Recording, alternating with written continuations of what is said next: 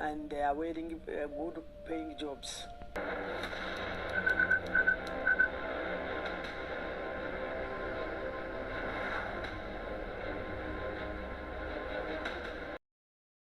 Jean Bosco Akimana est un jeune Burundais de 32 ans.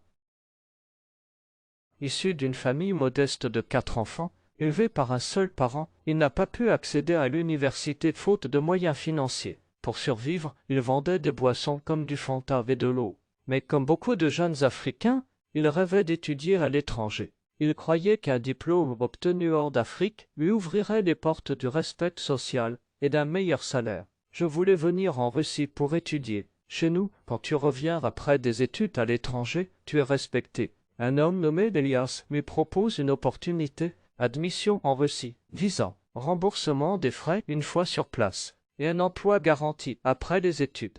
Condition, payer le billet d'avion et $2000 après l'obtention du visa. En novembre 2025, Jean Bosco arrive à Moscou. Il retrouve 3 autres Burundais. Ils sont pris en charge par une femme appelée Alexandra. Le 14 novembre, tout bascule.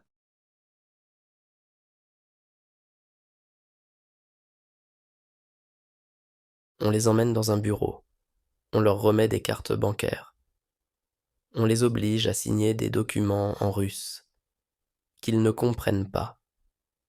Peu après, ils sont transférés dans un camp militaire, en uniforme. 2 semaines d'entraînement. Jean Bosco comprend qu'il ne s'agit pas d'une université. Un ressortissant pakistanais lui révèle la vérité. Il a signé un contrat militaire. Pire encore, 2 100 000 roubles, environ 27 000 $ ont été versés en son nom. Il affirme n'avoir jamais vu cet argent.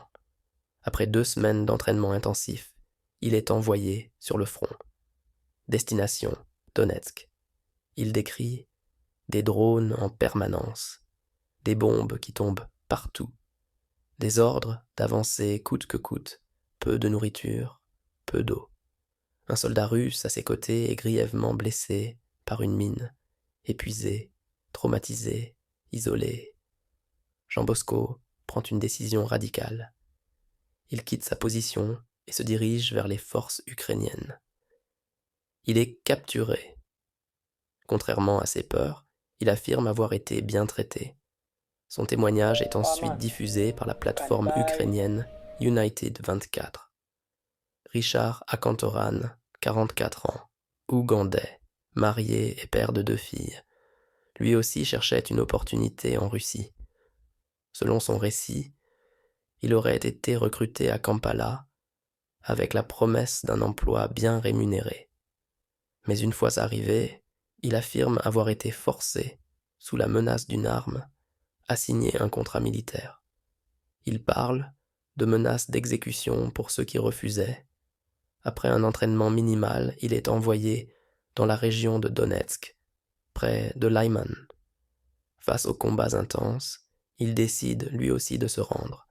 Il est capturé par la 63e brigade mécanisée ukrainienne. Ces 2 histoires le soulèvent des questions importantes. Existe-t-il des réseaux exploitant les rêves d'études des jeunes Africains?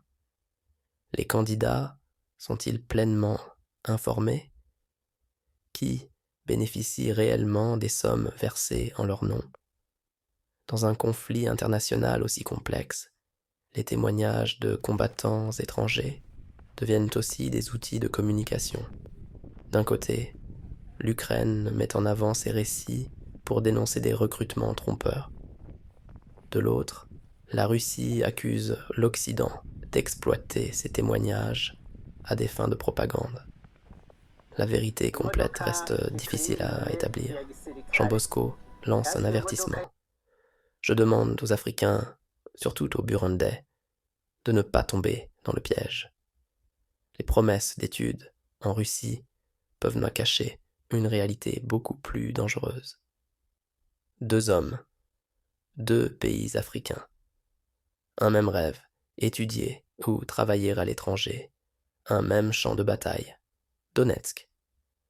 Ces histoires nous rappellent que derrière les grandes stratégies géopolitiques, il y a des individus vulnérables, des familles, des espoirs, des décisions prises dans la confiance ou dans l'ignorance. Qu'en pensez-vous? Partagez votre avis en commentaire.